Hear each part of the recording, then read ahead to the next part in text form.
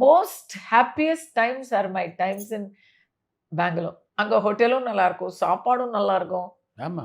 Ravichandran sir, I want to do another movie with him.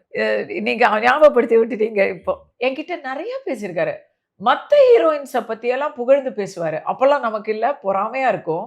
ஆனா பொறாமைய தாண்டி, என்னம்மா இவரு என்ன இதே மாரி எங்கேயாவது புகழ்ந்து பேசுவாருல்ல, அப்படின்னு அந்த தாட் வரும். அவரோட நான் இன்னும் 2 படம் பண்ண வேண்டியது.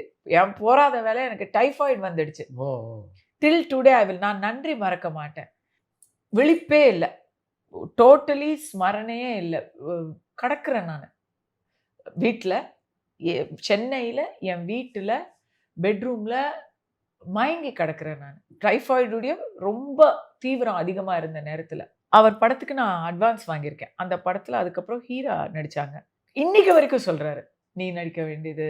ஏன்னா எனக்காக எழுதின கேரக்டர். என்னோட ட எனக்கு டான்ஸ் வரும். அதுக்காக எனக்கு அந்த எக்ஸ்பிரஷன்ஸ் எல்லாம் வந்து மூக்கு கூர்மை இப்படிலாம் சின்ன சின்ன விஷயத்துக்காக அவர் எனக்காக எழுதின கேரக்டர். அவர் ஒரு பெயிண்டர் அதுல. அதுக்காக எழுதினது. டைபாய்டு நான் படம் பண்ண முடியாதுன்னு சொல்லி வீட்ல சொல்லியிருக்காங்க. 2 டேஸ் கழிச்சு நான் கண்ண திறக்கிறேன்.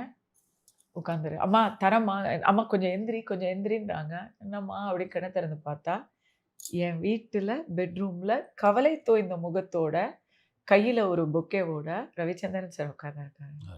அக்கறை. எல்லாரோடையும் நான் சிவண்ணாவோடையும் படம் பண்ணியிருக்கேன். சிவண்ணாவோட பண்ணும்போது தான் கஷ்டப்பட்டேன். ஏன்னா, நானு டான்ஸ் ஆடுறதெல்லாம் சிவண்ணா ஒரு டான்ஸ் புயல். அவரு ரிஹர்சல் வேற பார்க்க மாட்டாரு. அவரு ஒரு தரம் காமிச்சா ஆடிடுவாரு. ஸ்டைல். அவரோட ஸ்டைல் மேட்ச் பண்ண நான் ரொம்ப உழைக்க வேண்டியது. அவரு நெறைய கதை சொல்லுவாங்க அவங்க. நான் ராஜ்குமார் ஃபேமிலிய எப்போ பெங்களூர் போனாலும் போய் பார்க்கறத வழக்கமா வச்சிருந்தேன். அப்போ வந்து அவங்க நெறைய சொல்லுவாங்க. நான் சொன்னேன்ல, they love Tamil Nadu, they love Tamilians. அவங்க இங்க மெட்ராஸ் பத்தின நினைவுகள் எல்லாம் சொல்லுவாங்க. ஐயா ராஜ்குமார் ஐயா பேசி அவர் கால் கீழ உட்கார்ந்து நான் பேசியிருக்கேன். அத நம்ம பார்க்கணும். இங்க நம்ம பிரிவினை பேசுறவங்களுக்கு நம்ம அத சொல்லணும். அதெல்லாம் miss understanding. So Kamal sir வந்து ஒரு விஷயம் சொன்னாரு. அது தப்பா போச்சு அது. அத சொல்லியிருக்க வேணாம்.